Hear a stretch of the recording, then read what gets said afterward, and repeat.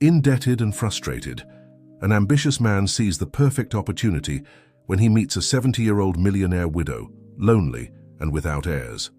With charm and patience, he wins her over, certain that his con plan is about to come to fruition. But what he doesn't imagine is that from the beginning, she has always been in control, testing each of his steps. At the decisive moment, the trap closes, and the hunter discovers in the worst way that in that game he had always been the prey. If this story interests you, subscribe to the channel to receive all our exciting stories. Continuing. Jack observed, his reflection in the window of Cafe Manhattan, discreetly adjusting his tie. At 29, his face still maintained youthful features that used to disarm people, an advantage he had learned to use to his benefit. He checked the time. 3:45 p.m. Elizabeth Thornton always arrived at 4 p.m. sharp, punctual as a Swiss watch. The Art Nouveau interior of the cafe had been his backdrop for 3 weeks. Marble tables, thonette chairs, and gilded mirrors created the perfect atmosphere for his plan. Jack strategically occupied the table near the window, from where he could observe the arrival of the black Rolls-Royce that brought Elizabeth. While waiting, his mind wandered to the pile of bills on his rented apartment desk. 3 months of overdue rent, maxed out credit cards, overdue bank loans. The pressure from creditors increased each day, and he knew he needed to act fast. "More coffee, sir?" asked the waiter, interrupting his thoughts. "Yes, please, and bring an almond croissant as well." Jack knew that Elizabeth always ordered an almond croissant with her jasmine tea. It was one of the many details he had discovered in the last few weeks, discreetly observing her. Each piece of information was a piece of the puzzle he was meticulously assembling. Precisely at 4 p.m., the Rolls-Royce parked in front of the cafe.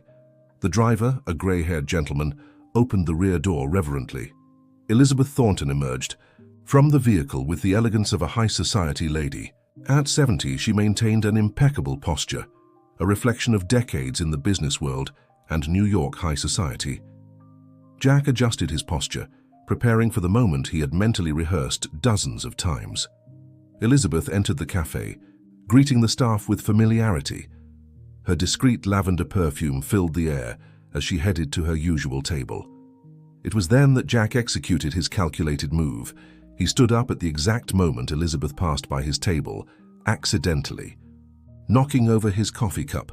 "Oh, I'm sorry," he exclaimed, feigning embarrassment when a few drops splashed near Elizabeth's shoes. "Don't worry, dear," she responded with a serene smile. "Accidents happen." Jack seized the moment to introduce himself, perfectly playing the role of a charming and well-mannered young man. To his surprise, Elizabeth demonstrated a wit and presence of mind he hadn't expected. "Jack Redford," he introduced himself. "I'm so sorry for the trouble."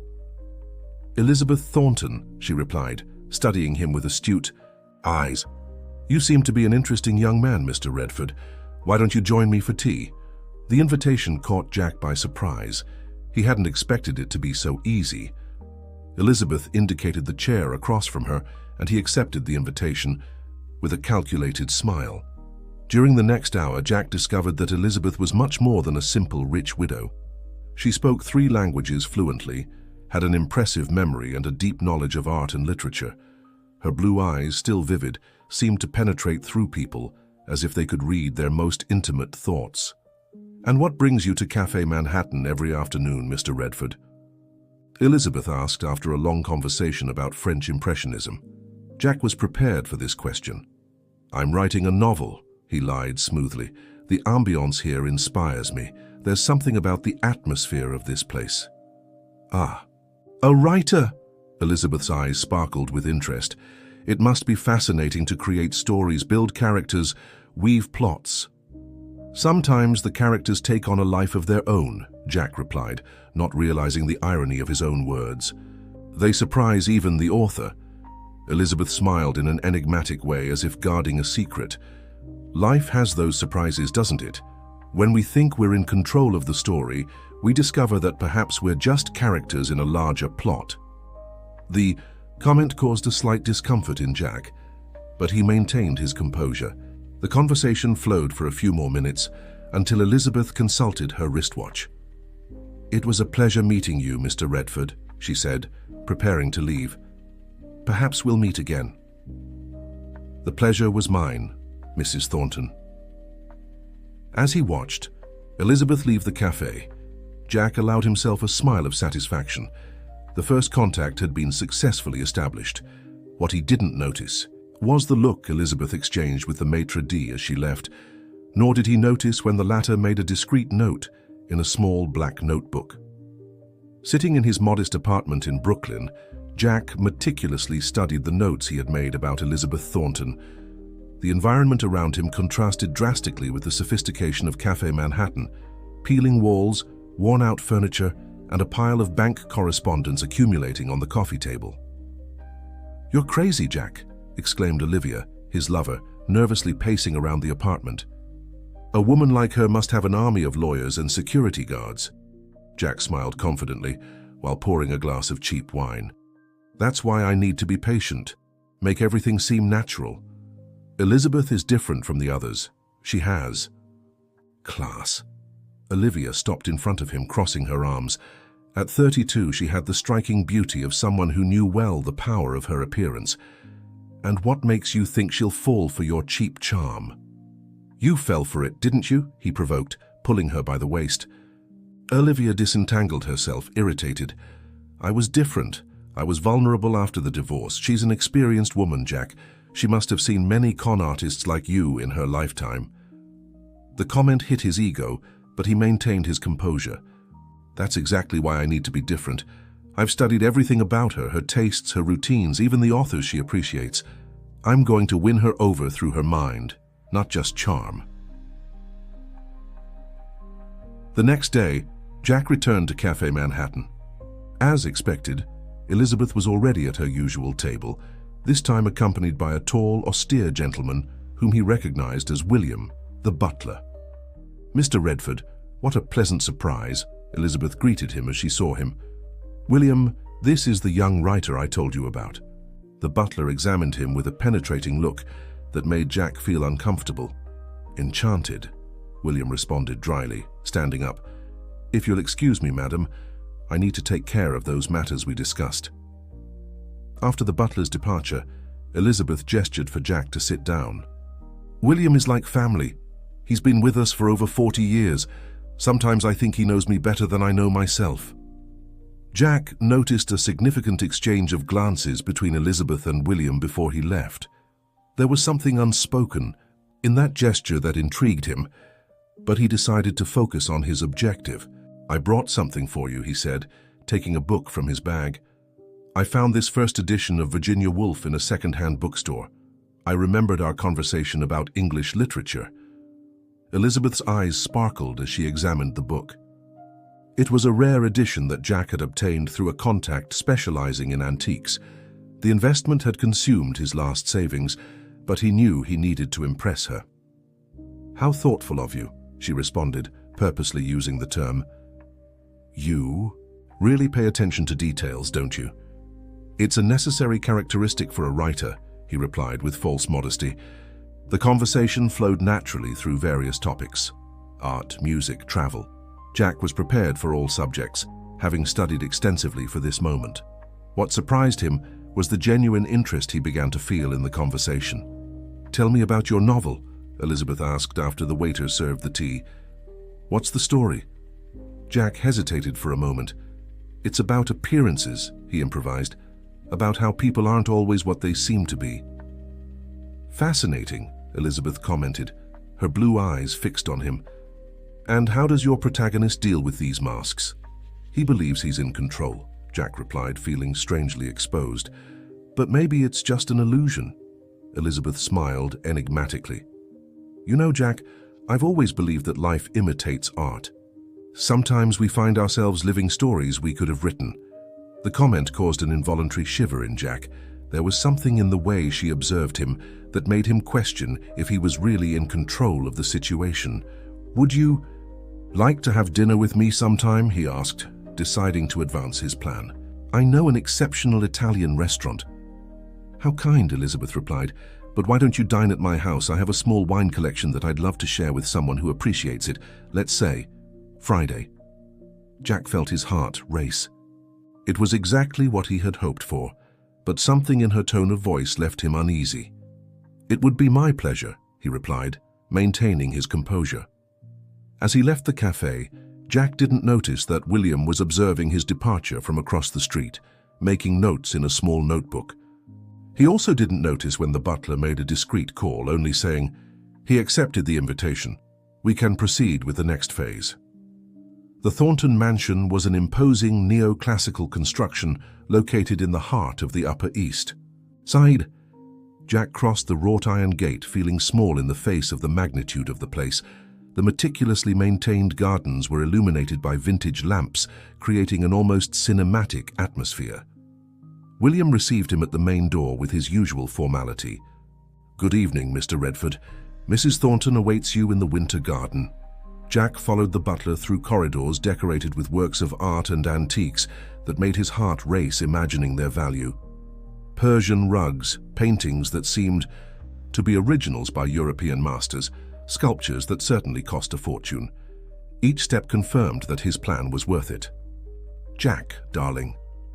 Elizabeth welcomed him with studied enthusiasm, wearing a navy blue silk dress that enhanced her eyes. "How punctual. Come, would you like a dry martini?"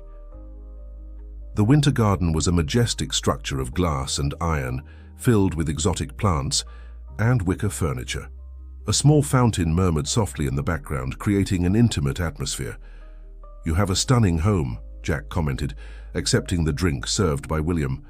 "Please, call me Elizabeth," she smiled, gesturing for him to sit down. "Too much formality makes me feel even older." During the aperitif, Elizabeth conducted the conversation with mastery, asking seemingly casual questions about Jack's life. Each of his answers was a carefully crafted lie, but sometimes he noticed a peculiar gleam in her eyes, as if she could see through his words. "And your family, Jack? It must be interesting to have a writer in the family." "Actually, I'm pretty much alone," he replied, using his prepared story. "My parents live in the countryside, a simple life. They don't always understand my artistic choices." Elizabeth observed him over her martini glass. "It must be lonely. I understand that feeling well. Since Charles passed away, loneliness has been my most constant companion." William appeared silently to announce that dinner was served. The dining room was even more impressive than the rest of the house, with a jacaranda wood table that could easily accommodate 20 people. To Jack's surprise, only 2 places were set, one at each end of the table. "I hope you don't mind sitting closer," Elizabeth said, indicating a place beside her. "I hate having to shout to converse during dinner."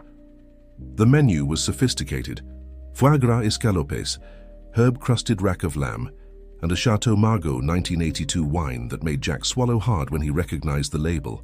During dinner, Elizabeth continued her subtle interrogation, masked as casual conversation. "Tell me about your creative process," she asked. "How do you finance your art while success hasn't arrived?" "I have some investments," he lied. "And I do freelance ghostwriting work." "Fascinating," Elizabeth replied, wiping her lips with the linen napkin. "You know, I've always believed that a good investment is one we make in people. Charles, my late husband, used to say that every investment, here's a bet on someone's character." Jack felt a twinge of discomfort. "Your husband seemed to be a wise man." "Oh yes," Elizabeth smiled, gesturing for William to serve more wine. "He had a special talent for evaluating people." After dinner, Elizabeth led him to the library, an impressive room with floor-to-ceiling bookshelves. The aroma of old books and leather mixed with the lavender perfume she wore. "This was Charles's favorite refuge," she commented, heading to a small bar. "Cognac." As she served the drinks, Jack noticed a photograph on the desk, a much younger Elizabeth next to a distinguished grey-haired man. There was something familiar about that image that disturbed him. "Charles was an extraordinary man," Elizabeth said, following his gaze. "He built an empire from nothing. He knew exactly how to deal with opportunists." The way she pronounced the last word made Jack shiver internally. Before he could respond, William entered the library silently. "Madam, those documents you requested are ready for your review." "Ah, yes," Elizabeth smiled. Jack, darling, do you mind if I take care of something quickly? William can show you the art gallery in the meantime. During the tour with William, Jack tried to extract information about the Thorntons' fortune, but the butler was an impenetrable figure. Each question was answered with diplomatic precision, without revealing anything substantial. Upon returning to the library, he found Elizabeth examining some papers. "Sorry for the delay, dear. Business never sleeps, even when we try to retire." "Destu, you still manage the business personally?" "Only what's necessary," she replied with an enigmatic smile. "I learned from Charles the importance of keeping a firm hand on the helm, especially when there are turbulent waters ahead." When Jack finally said goodbye, it was already past midnight. Elizabeth accompanied him to the door, her lavender perfume leaving an intoxicating trail. "It was a lovely evening," she said. "We should repeat it soon." In the taxi back home, Jack smiled, satisfied with the progress. He didn't notice that, at the mansion, Elizabeth and William were observing his departure with calculating expressions. "He's more ambitious than the others," William commented. "And more dangerous," Elizabeth replied, her voice losing all artificial sweetness, "but also more predictable. Prepare the next phase. Let's see how far he's willing to go." 3 weeks after the first dinner, Jack was already a constant presence at the Thornton mansion. His closeness to Elizabeth grew, as did his anxiety to accelerate the plan. That afternoon, while waiting in the library, his cell phone vibrated with a message from Olivia. "We need to talk. It's urgent." He ignored the message, focusing on the sound of Elizabeth's heels approaching down the hallway. She entered the library carrying an old leather folder. "Darling, I'm glad you came," she said, sitting next to him on the sofa. "I was just thinking about you when I found this." Elizabeth opened the folder, revealing old documents and photographs. "These are records of Charles's first investments. He started from scratch, you know, but he had a special talent for identifying opportunities." Jack examined the documents with genuine interest. Deeds, contracts, numbers that made his eyes sparkle. It's impressive how he built all this. His secret was simple. Trust. Elizabeth paused, watching him carefully. "But trust needs to be tested, don't you think?" Before Jack could respond, William entered with a tea tray and an envelope. "Madam, this document arrived from the bank for your signature," announced the butler. "It's about that significant transfer."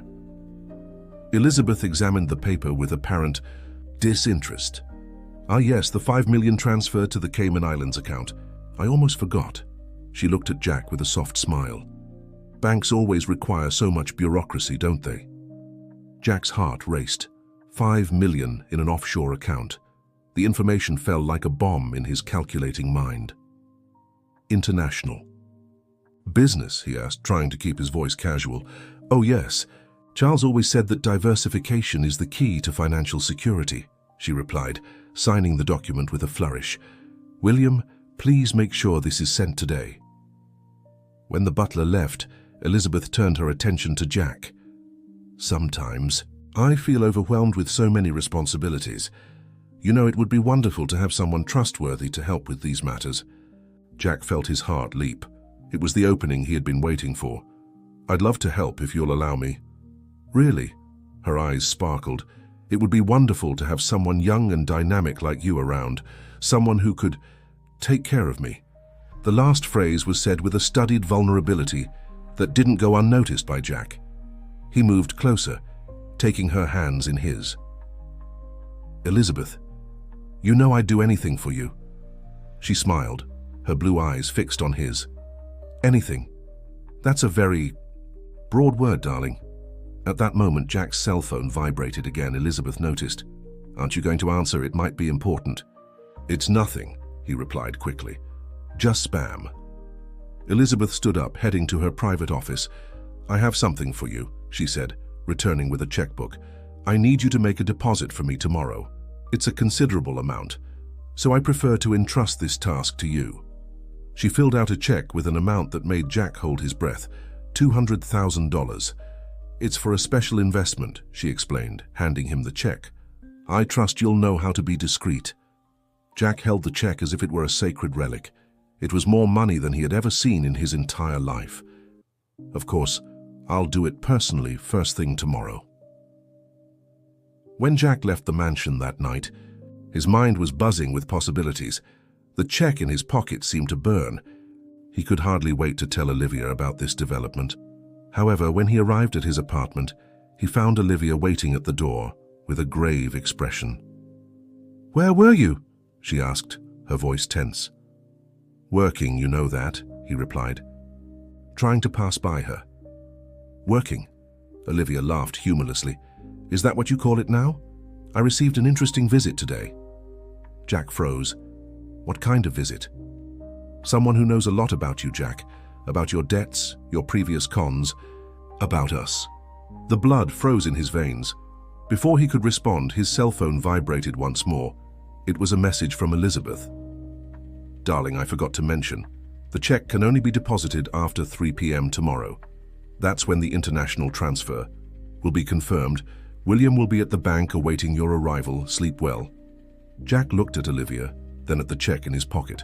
For the first time since he had started his plan, he felt that perhaps he wasn't in control of the situation as he had imagined. Olivia was staring at the untouched coffee cup in front of her, seated at a discreet table in Café Manhattan. The place was practically empty at that early hour, except for William, the Thorntons' butler, who sat elegantly across from her. "So, Miss Olivia," he began, his voice calm and professional, "Mrs. Thornton was very interested in our conversation yesterday. She would like to make a formal proposal." Olivia shifted uncomfortably in her chair. "Why should I trust you?"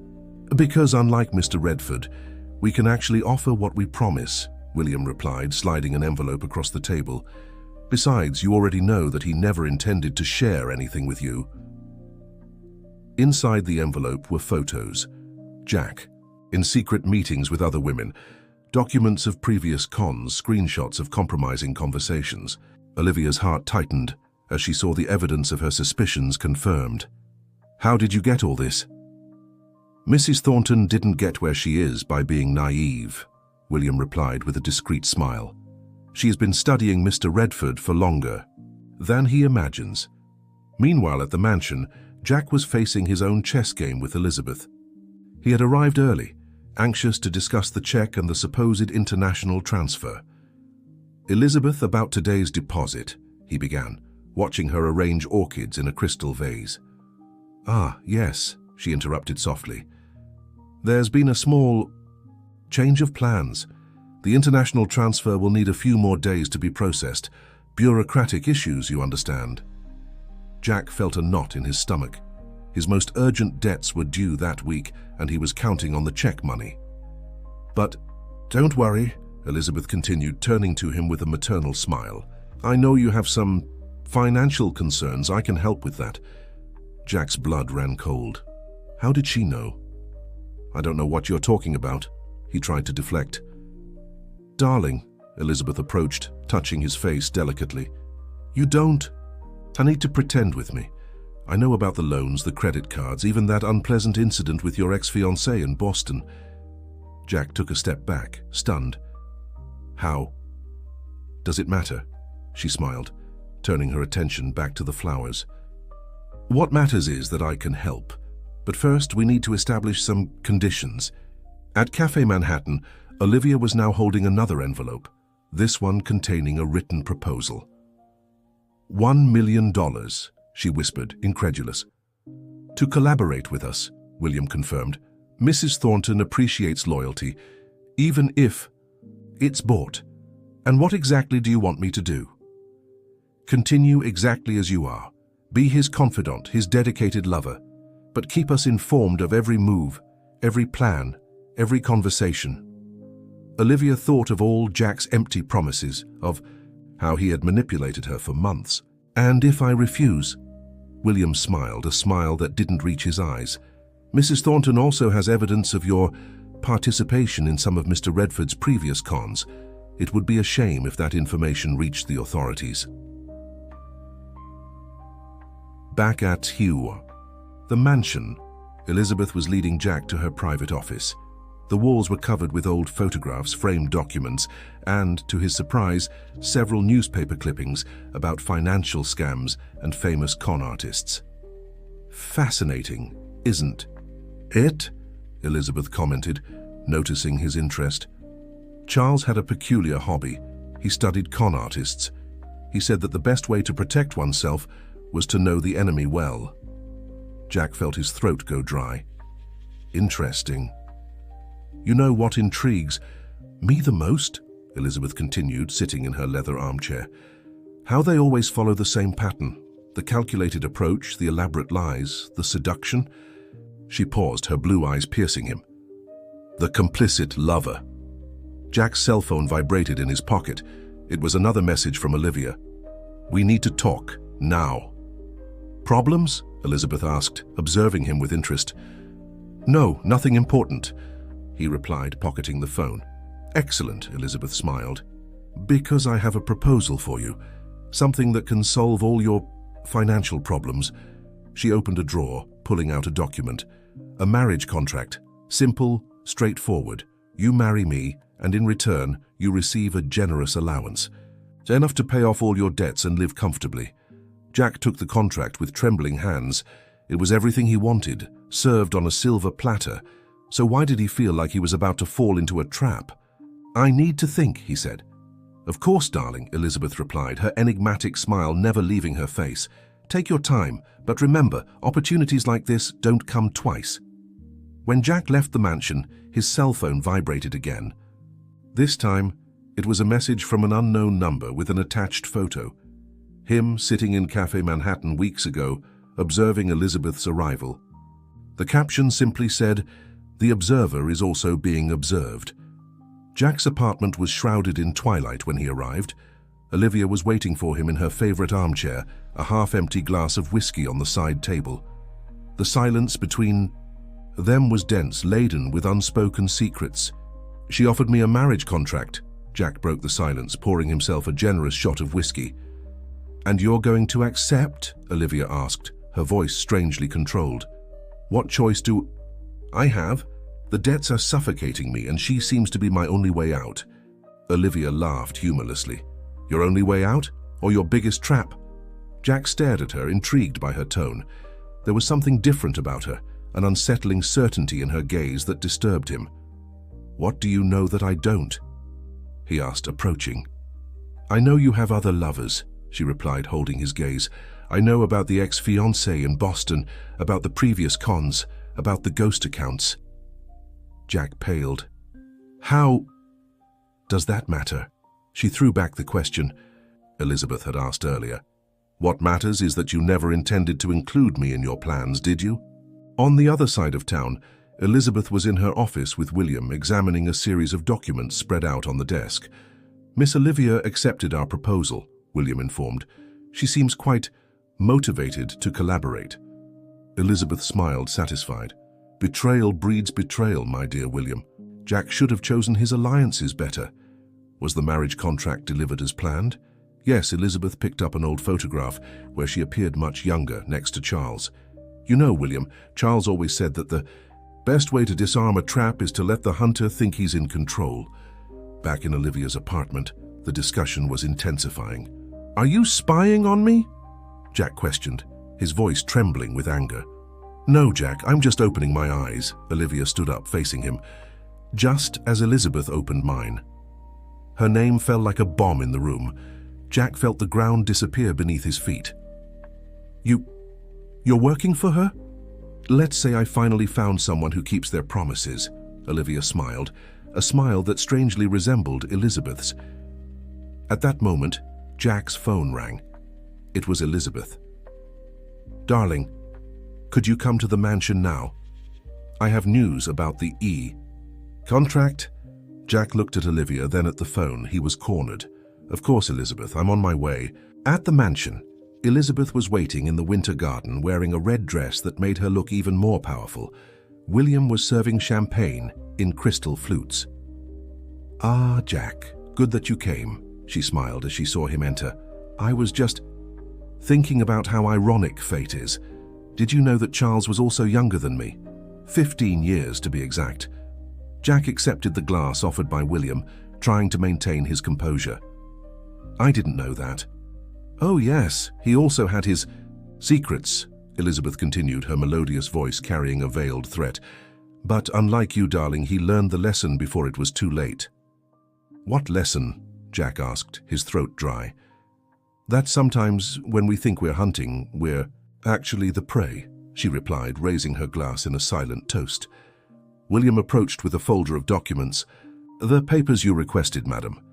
Elizabeth opened the folder, revealing not only the marriage contract but also copies of all of Jack's debts, records of his previous cons, and even private conversations with Olivia. "Impressive how modern technology allows us to document everything, isn't it?" Elizabeth commented, casually leafing through the papers. "Charles would have loved to see how it facilitated our work." Jack felt cold sweat run down his back. "What kind of work?" "Oh, darling," Elizabeth laughed softly. "Did you really think you were the first ambitious young man to try to con the rich and lonely widow?" She stood up, walking to a shelf where there was a series of photographs that Jack had never noticed before. Each one showed Elizabeth with different young men, all with expressions similar to what he now saw in his own reflection in the mirror. Fear. "Charles taught me a lot before he passed," Elizabeth continued, "especially how to turn predators into prey. It's almost artistic, don't you think?" The day after the confrontation at the mansion, Jack woke up in his apartment with a pounding headache. Elizabeth's words still echoed in his mind, along with the images of those photographs, all those men who, like him, had tried to deceive her. His cell phone wouldn't stop ringing. Creditors, Olivia, and even Elizabeth, who had sent a seemingly innocent message. "Darling, don't forget we have lunch with my lawyers today. They're eager to discuss the terms of our contract." He observed his reflection in the bathroom mirror. Deep, dark circles, haggard expression. How hadn't he noticed before? How hadn't he seen the signs? The intercom rang, making him jump. It was the doorman. "Mr. Redford, there's a delivery for you." The brown envelope delivered contained photos of him at various moments over the past few months.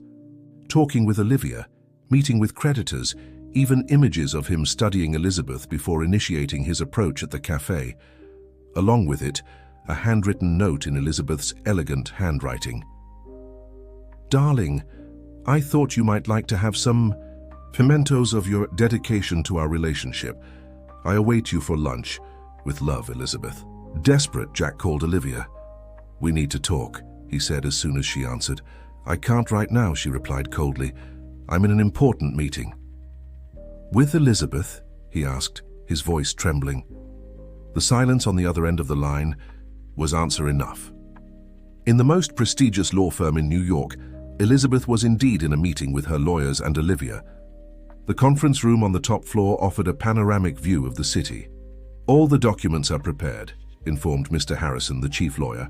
"As soon as he signs the marriage contract, the plan can be executed." Elizabeth smiled, satisfied. "Excellent. Olivia, dear, you've been crucial in this process. Your reward will be even greater than agreed upon." Olivia adjusted herself in the leather chair. "He suspects something."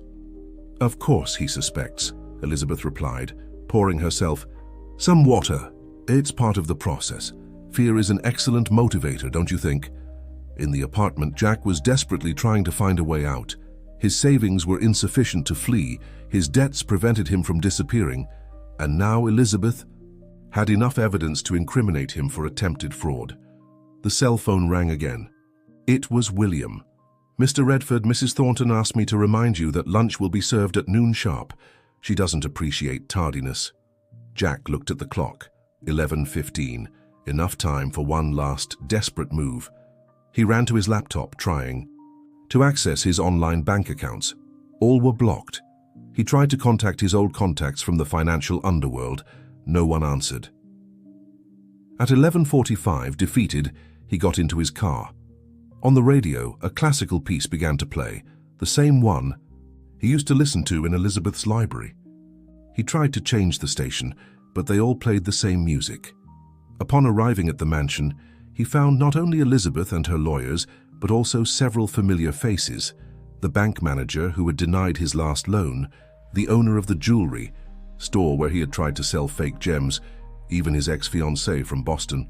"Ah, Jack, good that you've arrived," Elizabeth greeted him with her enigmatic smile. "I was just telling our guests about how we met.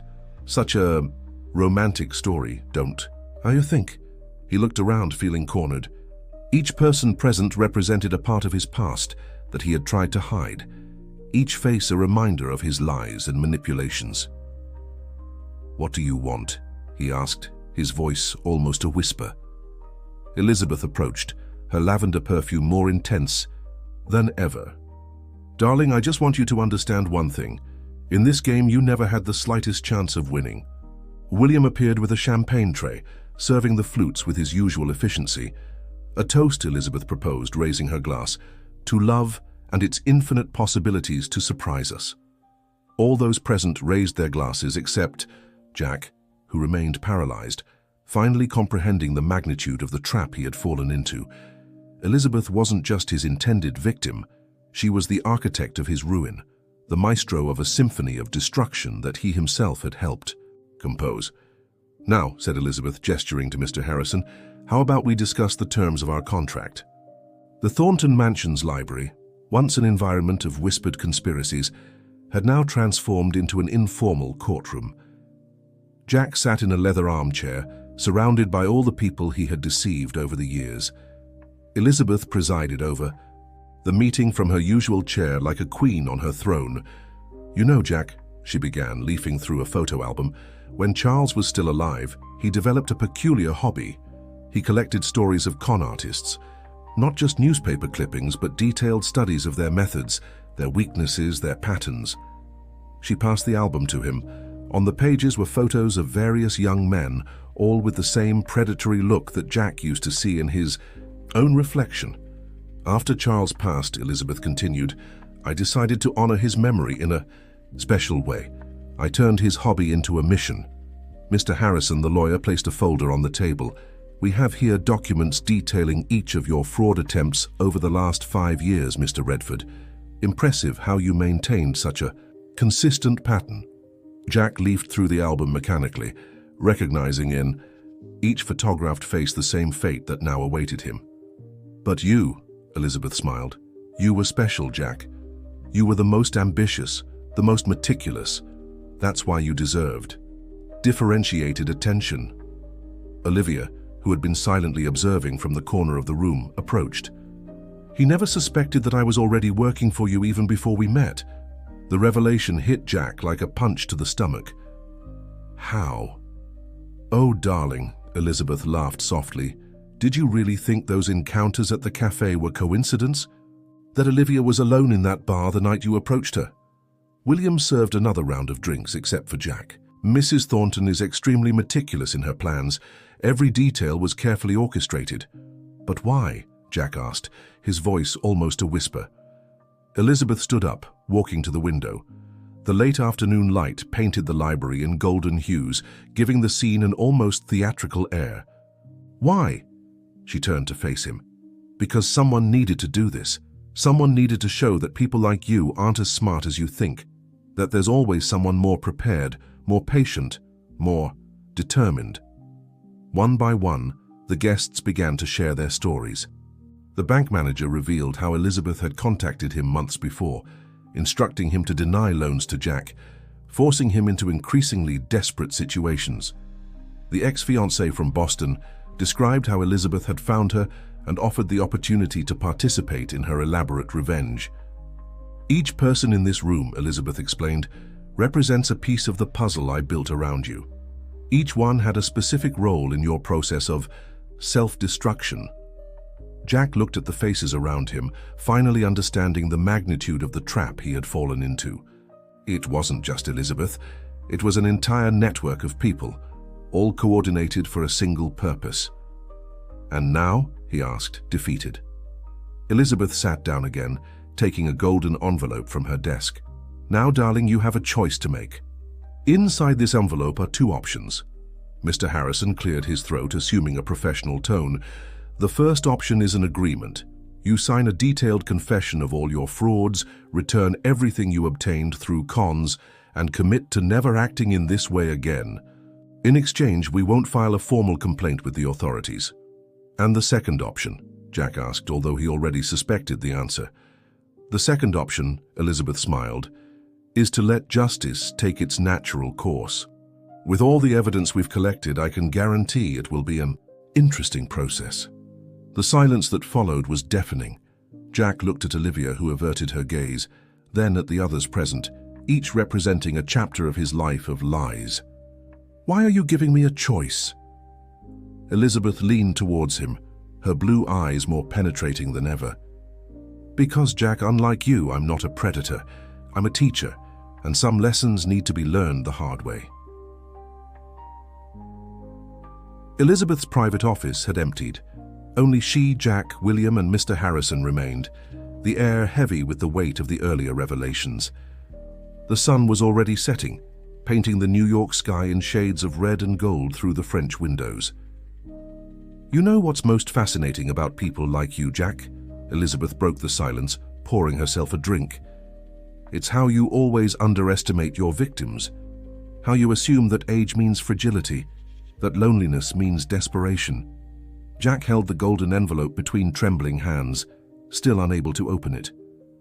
Did you plan all this from the beginning? From the first day at the cafe? Oh no, Elizabeth smiled, exchanging a knowing look with William. We started much earlier. Actually, you were chosen. We observed several candidates, but you had the perfect profile.